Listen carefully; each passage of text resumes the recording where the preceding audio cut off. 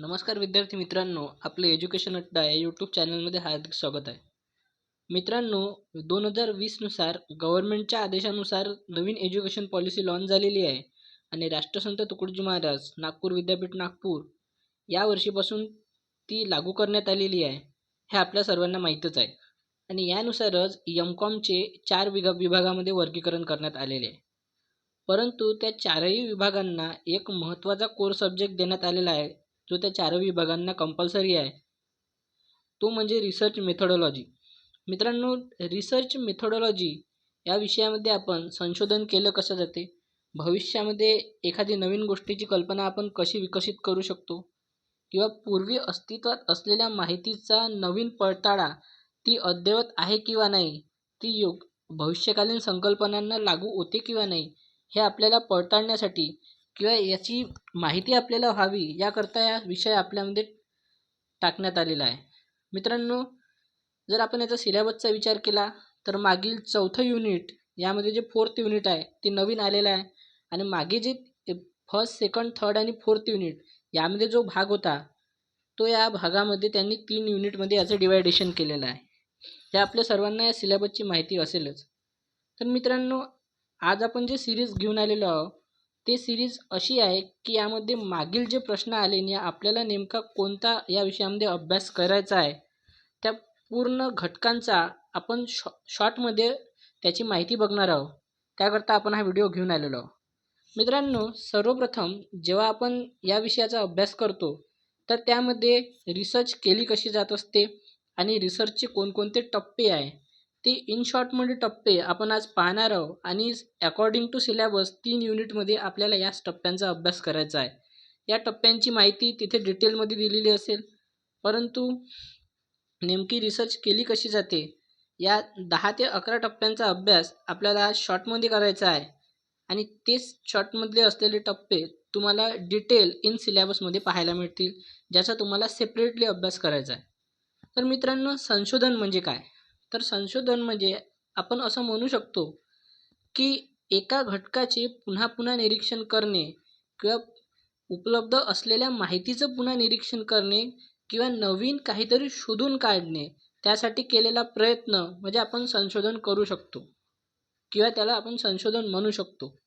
जर आपण विचार केला की वेगवेगळ्या प्रकारचे जसे तत्त्व आहे किंवा कोणती तथ्य आहे किंवा एखाद्या घटकाचा आपल्याला नाविन्य पद्धतीने अभ्यास करायचा आहे किंवा ते एखादा घटक आहे त्याची आपल्याला जोपासना करायची आहे किंवा ते एखादा घटक जे माहिती पूर्व अस्तित्वात आहे त्या पूर्व अस्तित्वात असलेल्या माहितीला आपल्याला पुन्हा पडताळून पाहायचं आहे किंवा आपल्याला नवीन माहिती उदयास आणायची आहे, नवीन संकल्पनांचा शोध लावायचा आहे, त्याकरिता आपल्याला त्याचं संशोधन करावं लागते की त्या संकल्पना भविष्यकालीन कशा आपल्या उपयोगात येऊ शकतात. उदाहरण जर आपण घेतलं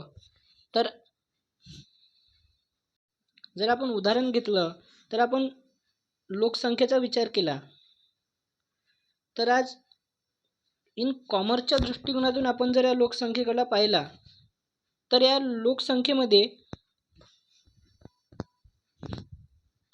आपल्याला पूर्वी अस्तित्वात असलेले म्हणजेच पूर्वीचे सिद्धांत आहे, तर या पूर्वीच्या सिद्धांताचा वापर करून आपण नवीन संकल्पना अस्तित्वात आणू शकतो.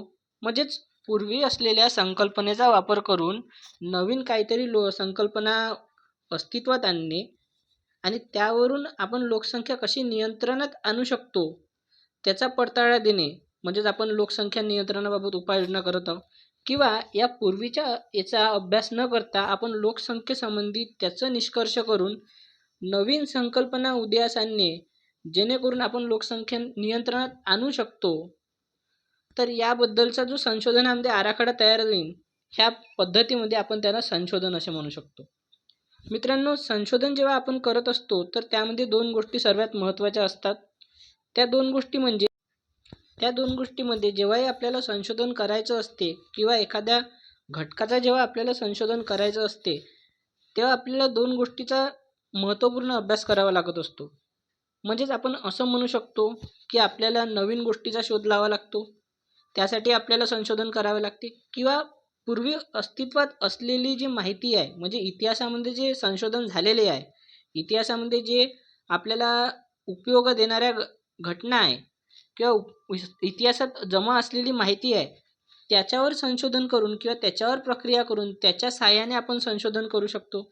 म्हणजे आपण संशोधन दोन गोष्टीसाठी करतो, एकतर नवीन संकल्पनांचा शोध लावण्यासाठी आणि त्या संकल्पना भविष्यामध्ये कशा आपल्याला उपयोगात येईल त्याच्यासाठी आपण संशोधन करत असतो, किंवा पूर्वी अस्तित्वात असलेली माहिती तिचं तिचं पुनःस्पष्टीकरण करणे किंवा पूर्वी अस्तित्वात असलेल्या माहितीचं नाविन्यीकरण करणे, त्याला पुन्हा अस्तित्वात आणणे, यासाठी आपण संशोधन करत असतो. नेमकं संशोधन करत असताना आपल्याला कोणत्या प्रोसेसला समोर जायचं आहे ते आज आपल्याला बघायचं आहे. आय होप तुम्हाला समजलं असेल की संशोधन म्हणजे नेमकं होत काय असते. मित्रांनो, शास्त्रीय संशोधन किंवा कोणत्याही संशोधनामध्ये संशोधन करत असताना आपल्याला काही स्टेप्स महत्त्वाच्या असतात. त्या स्टेप्स आपण आज बघणार आहोत. त्यात आणि जर तुम्ही राष्ट्रसंत तुकडोजी महाराज नागपूर विद्यापीठ नागपूरच्या रिसर्च मेथोडॉलॉजी या विषयाचा जर अभ्यास कराल तर तुम्हाला या स्टेप दिसतील, ज्यामध्ये जास्तीत जास्त करून या स्टेप्स दिल्या आहे आणि या स्टेपचा अभ्यास आपल्याला डिटेलमध्ये करायचा आहे. मित्रांनो, सर्वप्रथम जर आपल्याला संशोधन करायचं आहे तर तेथे सर्वात पहिली जी स्टेप्स दिली आहे ते म्हणजे समस्या सूत्रण, म्हणजेच फॉर्म्युलेशन ऑफ प्रॉब्लेम. नेमकी हे संशोधनाची प्रथम पायरी आहे. म्हणजेच नेमकं जेव्हा संशोधक एखाद्या संशोधनाचा अभ्यास करत असतो तर नेमकं त्याला एक क्षेत्र ठरवावं लागते की त्याला नेमकं संशोधन कोणत्या क्षेत्रामध्ये करायचं आहे.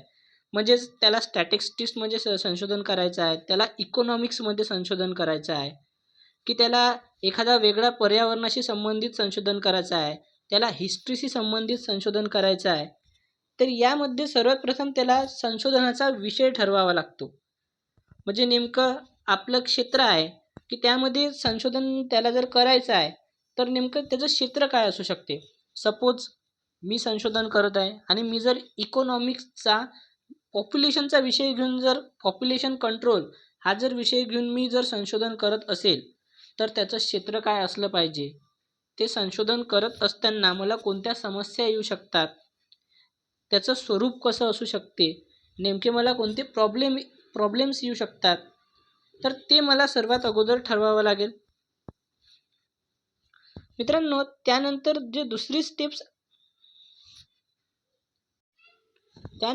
आपल्याला जे दुसरी स्टेप जिथे दिलेली आहे ते म्हणजे निरीक्षण.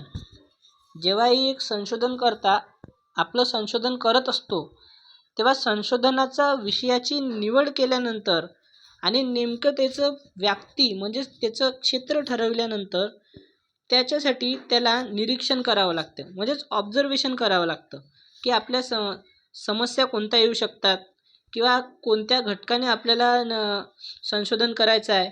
आपण आपलाच एक्झाम्पल समोर घेऊन चालूया. म्हणजे आपण जर असं ठरवलं आहे, म्हणजेच आता जर मी असं ठरवलं की माझा संशोधनाचा जो विषय आहे तो लोकसंख्येचा आहे, तर या लोकसंख्येमध्ये मला लोकसंख्येचे मला सिद्धांत माहिती असायला पाहिजे, याचं ऑब्झर्वेशन मला करायला हवं.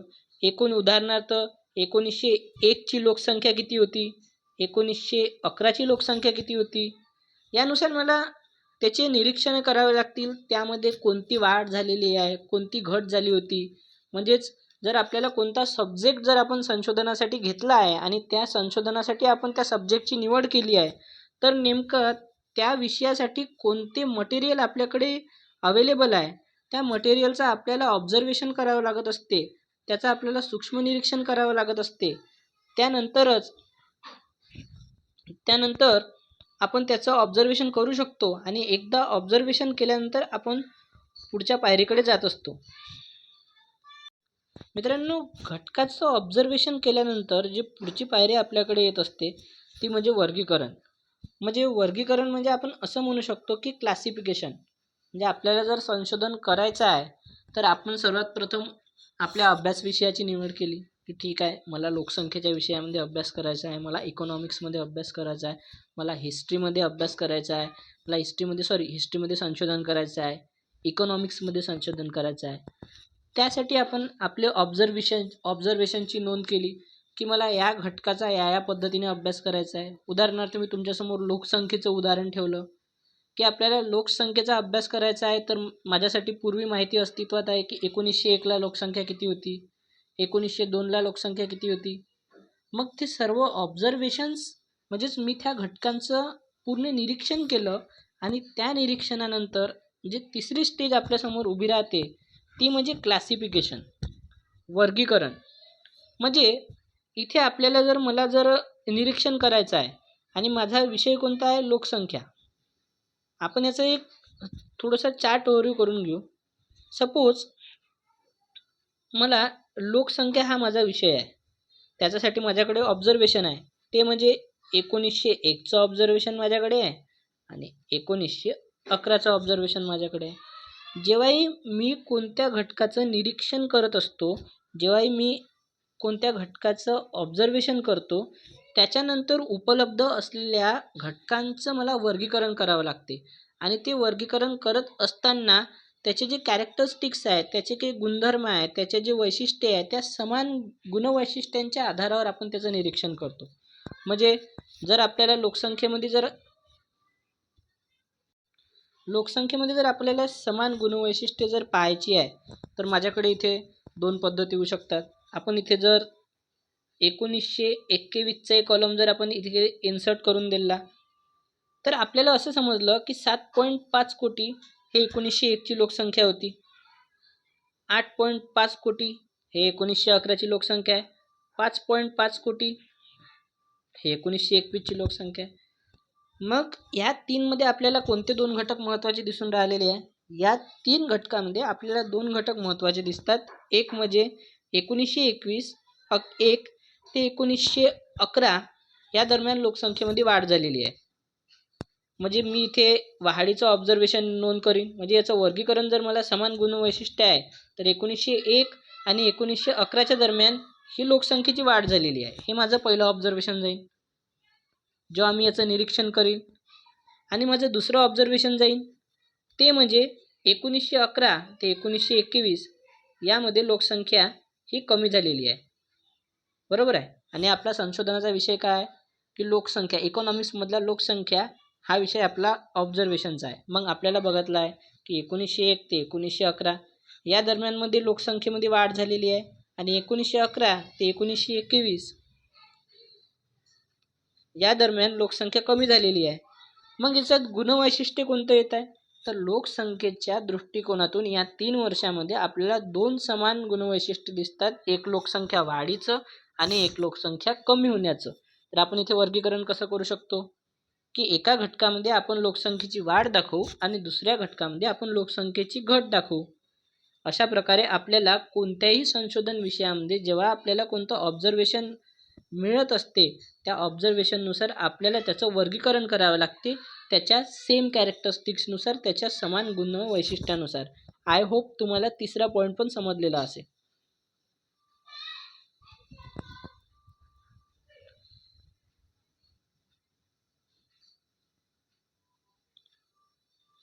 मित्रांनो, आपल्याला याच्यामधला जो चौथा पॉईंट बघायचा आहे, तो चौथा पॉईंट म्हणजे गृहीतकृत्य. आता गृहीतकृत्य म्हणजे काय होत असते, तर त्याला आपण इंग्लिशमध्ये हायपोथेसिस असं म्हणत असतो. म्हणजे आपण असं म्हणू शकतो की जेव्हा आपण आपला अभ्यास विषय निवडल्यावर, आपलं ऑब्झर्वेशन केल्यावर आणि त्या ऑब्झर्वेशनचं क्लासिफिकेशन केल्यानंतर, म्हणजेच आपले जे घटक आपण निवडलेले आहे त्याचं निरीक्षण करून त्याचं वर्गीकरण केल्यानंतर आपल्याला काही कल्पना मांडावी लागते, जे वास्तविक सत्य नसते, परंतु त्या गृहीतकृत्यांच्या म्हणजे वर्गीकरण केल्यानंतर त्या निरीक्षणाच्या आणि वर्गीकरणाच्या आधारावर आपण कोणत्या ना कोणत्या एका संभाव्य विधानावर पोहोचत असतो. सपोज मी जर लोकसंख्येचा अभ्यासक आहो आणि लोकसंख्येवर मी संशोधन करत आहे, तर मी लोकसंख्येचं ऑब्झर्वेशन केलं आणि त्याचं क्लासिफिकेशन केलं, तर त्यावर मला असं आढळलं किंवा मला असा अंदाज आहे की 1901मध्ये लोकसंख्या वाढली, 1921मध्ये कमी झाली, बट इवन 1931मध्ये लोकसंख्या वाढणार आहे असा मी अंदाज केला. पण हे खरं आहे का? नाही, हे वास्तविक सत्य नाही आहे की 1921मध्ये जर लोकसंख्या कमी झालेली आहे, 1901च्या तुलनेत 1911मध्ये लोकसंख्या वाढली होती. जर आपण आणि 1911 ते 1921च्या दरम्यान लोकसंख्या कमी झालेली आहे असं मगाने आपण ऑब्झर्वेशनमध्ये पाहिलं. तर त्याच्यावरून मी अशी संभाव्य सिद्धांत मांडू शकतो की 31मध्ये लोकसंख्या वाढणार आहे. मग हे खरं आहे का? नाही. तर हे काय, जस्ट इमॅजिन म्हणजेच काय, तर मी एक संभाव्य विधान केलेलं आहे की असं असं होऊ शकते. तर जेव्हा संशोधक जेव्हा ऑब्झर्वेशन आणि क्लासिफिकेशन कंप्लीट झाल्यानंतर एक संभाव्य विधान देत असतो, त्याला आपण हायपोथेसिस असे म्हणत असतो. नेमकं म्हणजे हायपोथेसिस हा संशोधनाचा फक्त एक ॲझ्युम केलेलं ॲन्सर असते, ॲझ्युम केलेलं एक प्रिडिक्शन असते, ज्याला आपण अंतिम निष्कर्ष म्हणू शकत नाही, ज्याला आपण अंतिम रिझल्ट म्हणजे फायनल रिझल्ट आपण याला म्हणू शकत नाही.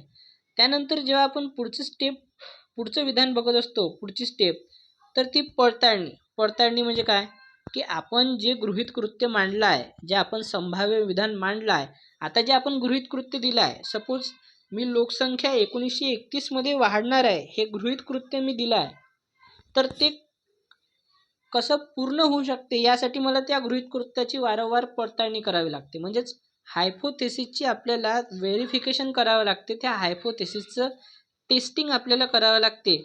त्यालाच आपण पडताळणी, प्रचिती किंवा तपासणी असे म्हणत असतो. मित्रांनो, एकदा जर आपण गृहीत कृत्याची पडताळणी केली तर त्या गृहीत कृत्याच्या पडताळणीनंतर जे पुढची स्टेप आपल्याला करावी लागते ती म्हणजे संशोधन आराखडा तयार करणे. आता संशोधन आराखडा आपल्याला तयार का करावा लागतो, तर त्याच्या आपल्याला 2 रिझन्स आहे. जर आपण पूर्वी जे कार्य केलेलं आहे, मी एक गृहीत कृत्य मांडलं आहे, मी त्याच्या अगोदर ऑब्झर्वेशन केलं आहे, मी त्याच्या अगोदर क्लासिफिकेशन केलं आहे आणि त्याच्यानंतर मी एक संभाव्य उत्तर मांडलं आणि त्या संभाव्य उत्तराची मी वारंवार पडताळणी करतो. तर ही सर्व माहितीची नोंद आपल्याला संशोधन आराखड्यामध्ये नोंद करावी लागते. म्हणजे त्या संशोधन आराखड्यानुसार आपल्याला नेमकं समजते की आपल्याला संशोधन कसं करायचं आहे, कोणत्या स्टेपवर आपल्याला कोणतं कार्य करायचं आहे. त्यासाठी आपल्याला संशोधन आराखडा म्हणजेच भविष्यामध्ये आपल्याला आपला संशोधन विषयाचं संशोधन कसं करायचं आहे हे आपल्याला या संशोधन आराखड्यावरून समजत असते. त्यानंतरची जी स्टेप्स आपल्याला पाहायला मिळते ते म्हणजे तथ्यसंकलन. आता तथ्यसंकलन म्हणजे काय, संशोधन आराखडा तयार केल्यानंतर आपल्याला तथ्यसंकलन करावे लागते. म्हणजेच आपल्याला संशोधन आराखडा आपण तयार केला आहे, म्हणजेच त्याच्यानंतर आपल्याला डाटा कलेक्शन करावा लागतो. आता डाटा कलेक्शन का बरं करावं लागतो, की आपण एक संभाव्य आन्सर दिलेला आहे, एक गृहीत कृत्य आपण दिलेलं आहे, त्यानंतर ते गृहीत कृत्य वास्तविकता खरं आहे किंवा नाही, ते आपल्या संशोधन विषयाला लागू होते किंवा नाही, याकरता आपल्याला वेगवेगळ्या प्रकारचा डाटा गोळा करावा लागतो आणि त्या डाटावर प्रोसेसिंग करावे लागते. आणि या डाटा गोळा करण्याच्या पद्धतीलाच आपण कलेक्टिंग ऑफ डाटा किंवा कलेक्टिंग ऑफ फॅक्ट्स किंवा तथ्यसंकलन असं म्हणत असतो. मित्रांनो, जेव्हा आपण डाटाचं कलेक्शन करत असतो म्हणजेच तथ्यसंकलन जेव्हा आपण करत असतो तेव्हा तथ्यसंकलन करण्याकरता आपल्याला 2 मार्ग दिले असतात.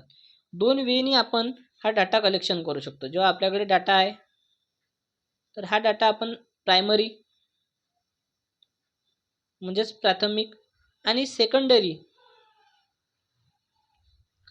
या 2 सोर्सेसनी आपल्याला डाटा कलेक्शन करावं लागत असतात. या पद्धतीने आपण डाटा कलेक्ट करून त्या डाटावर आपण प्रोसेस करत असतो.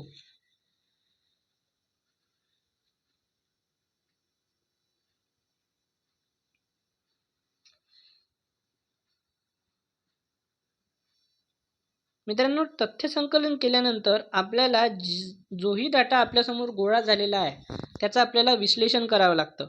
आता हे विश्लेषण हाही एक टॉपिक आपल्याला सिलेबसमध्ये अकॉर्डिंग टू सेकंड युनिटमध्ये पाहायला मिळतो, ज्याला आपण ॲनालिसिस ऑफ डाटा असं म्हणतो. मित्रांनो, तथ्य विश्लेषण म्हणजे काय होत असते, तर जेव्हाही आपण आपल्या गृहीत कृत्य पडताळणीसाठी म्हणजेच हायपोथेसिसच्या टेस्टिंगसाठी जेव्हा आपण डाटा कलेक्शन करत असतो तेव्हा त्या कलेक्ट केलेल्या डाटावरचं टॅब्युलेशन केल्यानंतर त्याचं विश्लेषण करावं लागत असते. म्हणजेच सपोज मी जर लोकसंख्येचा सिद्धांत म्हणजेच पॉप्युलेशनसाठी मी जर संशोधन करत आहे, हा जर माझा विषय आहे जो मी मगानी समजून सांगितलेला आहे, तर त्याकरिता आपल्याला एक मी संभाव्य गृहीत कृत्य सपोज दिला आहे की 1931मध्ये लोकसंख्या वाढणार आहे आणि त्याच्यासाठी मी काही डाटा कलेक्शन करत आहे. तर त्या डाटाचं विश्लेषण मला करावं लागेल. त्याकरिता आपल्याला वेगवेगळ्या प्रकारे वेगवेगळ्या साधनाने त्याला साचेबद्ध करावे लागत असते. जसं की आपल्याला तथ्याचं परीक्षण करायचं आहे, तर त्याला आपल्याला वर्गीकरण करावं लागत असते. त्याला वेगवेगळे क्रमांक द्यावं लागत असते. त्याच्यासाठी आपण टेबल बनवू शकतो. सपोज याचं उदाहरण आपण असं समजू शकतो की आपला 1931चा सपोज डाटा आहे, हा पण कलेक्ट केलेला आहे.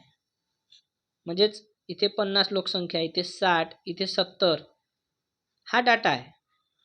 पण या डाटाला मला प्रोसेस करावं लागेल. तर याच्यामध्ये एक एक उदाहरण दिलेलं आहे. त्या उदाहरणानुसार आपण जर बघितलं गेलं तर त्याच्यात पहिलं आहे की तथ्याचं वर्गीकरण. तथ्याचं वर्गीकरण मी तुम्हाला मगानीच समजून सांगितलं की समान गुणवैशिष्ट्यांच्या आधारे आपण तथ्याचं वर्गीकरण करतो. त्याच्यानंतर दिला याला सांकेतिक क्रमांक देणे. सांकेतिक क्रमांक आपण कसं देऊ शकतो की सपोज याला मी 1, याला 2, याला 3 असं सांकेतिक क्रमांक मी या डाटाला देऊ शकतो. त्याच्यानंतर सारणी किंवा कोष्टक बनवणे. तर आपण याला सारणीमध्ये देऊ शकतो. त्याच्यानंतर याच्यावर गुणाकार, भागाकार किंवा संख्याशास्त्रीय किंवा स्टॅटिस्टिकल ज्याही टेस्ट आहे त्या करून आपल्याला याचं ॲनालिसिस करावं लागत असते, ज्याला आपण सांख्यिकीय निष्कर्ष म्हणतो. या सर्व कार्य मिळून तथ्य विश्लेषण आपल्याला करता येत असते. मित्रांनो, जेव्हा आपण आपल्या डाटाचं ॲनालिसिस करत असतो, म्हणजे डाटा गोळा केल्यानंतर जेव्हा त्या डाटाचं ॲनालिसिस करतो आणि डाटाचं ॲनालिसिस केल्यानंतर आपल्यासमोर काही निष्कर्ष निघत असतात आणि त्या निष्कर्षावरून सर्वात महत्त्वाचं म्हणजे आपल्या गृहीत कृत्याची पडताळणी. म्हणजे आता मी जसं मगानी म्हटलं होतं की 1931 हा मुद्दा लक्षात ठेवा. 1921 1901, 1911, 1921 आणि 1931. जर आपण याला बाय हँडमध्ये बघितलं तर आपण मगानी जे बघितलं होतं की 1901, 1911, 1921 आणि 1931. इथे 7.5 होती, इथे 8.5 झाली, इथे 5.5 होती. हा पण डाटा होता. 7.5 इथे वाढ झाली, इथे घट झाली होती. परंतु या 1931मध्ये काय होणार होतं हे आपल्याला माहीत नाही होतं. त्यासाठी आपल्याला रिसर्च करायची होती. तर येथे आपण एक ॲझ्युम केलं की इथे वाढ होईल. हे आपण गृहीत कृत्य होतं. हे आपलं हायपोथेसिस होतं की इथे वाढ होणार आहे. मग आपण डाटा गोळा केला, त्या डाटाचं ॲनालिसिस केलं. त्या डाटाच्या ॲनालिसिस केल्यानंतर 1931मध्ये नेमकी वाढ झाली की घट झाली हे आपल्याला माहिती पडेल. म्हणजेच आपण जे गृहीत कृत्य दिलं आहे, आपण जे हायपोथेसिस दिला आहे, त्याच्या टेस्टिंग करून त्याच्यासाठी डाटा गोळा करून त्या डाटाचं व्हेरिफिकेशन करून आपल्याला आपल्या गृहीत कृत्याची पडताळणी करावी लागते. आपल्या हायपोथेसिसची टेस्टिंग करावी लागते. जर मी म्हटलं की 1931मध्ये वाढ होणार आहे आणि खरंच 1931मध्ये वाढ झाली तर माझं गृहीत कृत्य खरं होतं असं समजलं जाते. म्हणजे सिद्धांत बरोबर आहे असं समजलं जाते. पण जर घट झाली तर सिद्धांत हा चुकीचा आहे असं तिथे ॲझ्युम करण्यात येत असते आणि असं तिथे समजण्यात येत असते. या पद्धतीवर आपण गृहीत कृत्य पडताळणी करत असतो. मग नेमकं गृहीत कृत्य पडताळणी कसं? म्हणजे जर मी एक सिद्धांत मांडत आहे, एक गृहीत कृत्य ठेवलं तुमच्यासमोर आता की 1931मध्ये वाढ, हे मी ॲझ्युम केलं होतं. वाढ आणि घट त्याच्यात 2 गोष्टी होऊ शकतात. तर या 2 गोष्टीच्या दरम्यान जर वाढ झाली तर गृहीत कृत्य कसोटीस उतरल्यास, म्हणजेच 1931नुसार वाढ झाली आणि आता जर डाटा ॲनालिसिसमध्ये जर वाढ झाली तर माझं गृहीत कृत्य बरोबर आहे असं समजण्यात येईल. आणि गृहीत कृत्य कसोटीस न उतरल्यास मांडलेला सिद्धांत चुकीचा ठरतो. म्हणजेच जर 1931मध्ये घट झाली आणि मी पकडलाय वाढ झाली तर गृहीत कृत्य हे चुकीचं आहे असं ठरण्यात येईल. म्हणजे जे आपण मगानी जे संभाव्य उत्तर ठेवलं होतं आणि त्याचं निष्कर्ष ते अंतिम निष्कर्ष न होता, तर या दोनपैकी एक का राहू शकते, त्याचा आता अंतिम निष्कर्ष राहू शकतो. आणि त्याच्यानंतर जे पुढची स्टेप्स आपल्याला पाहायला मिळते ते म्हणजे सामान्यीकरण, जनरलायझेशन, म्हणजेच संभाव्य निष्कर्षाच्या पडताळणीनंतर आपण भविष्यात काय होणार आहे याचा जेव्हा अंदाजा देत असतो त्याला आपण सामान्यीकरण म्हणतो. त्याच्यामुळेच या ठिकाणी काय होते की आपण जो सिद्धांत मांडत आहे आणि आपलं गृहीत कृत्य जर बरोबर येत आहे तर या ठिकाणी तो सिद्धांत काय होतो, पूर्ण होतो. मग आहे पूर्वकथन म्हणजे काय, की आपण जो सिद्धांत मांडला की सपोज आता 1931 आहे, 1931 मध्ये मी म्हटलं लोकसंख्या वाढणार आहे, हे माझं गृहीत कृत्य होतं आणि लोकसंख्या वाढली सुद्धा. पण या 1931च्या आधारावर मी 1941चं, 1951चं, 1961चं जर मी प्रेडिक्शन करत असेल तर त्याला काय म्हणू शकतो आपण, संशोधनाच्या आधारावर पुढील भविष्यात काय घडणार आहे ते सांगण्याचं कथन म्हणजेच काय म्हणू शकतो, पूर्वकथन म्हणू शकतो. आणि लास्ट आहे संशोधन अहवाल, म्हणजेच संशोधनाचा अंतिम टप्पा, ज्याला आपण थेसिस सुद्धा म्हणत असतो. जेव्हा आपल्या संशोधनाची प्रक्रिया पूर्ण होत असते तेव्हा आपला संशोधन अहवाल हा प्रसिद्ध केला जात असतो, जो शोधगंगा यासारख्या वेबसाईटवर आपल्याला पाहायला मिळते. आपले थेसिस हे आपल्याला सबमिट करावे लागत असतात आणि तेव्हा कुठे जाऊन आपला रिसर्च हा कंप्लीट होत असतो. तर मित्रांनो, हे जे 12 टप्पे मी जे तुम्हाला सांगितले आहे त्याचाच अभ्यास आपल्याला सिलेबसमध्ये इन डिटेल या 4 युनिटमध्ये करायचा आहे, जे आपण इथे आज शॉर्टमध्ये बघितले. आय होप तुम्हाला हा पूर्ण टॉपिक समजला असेल अशी आशा करतो आणि थांबतो. धन्यवाद.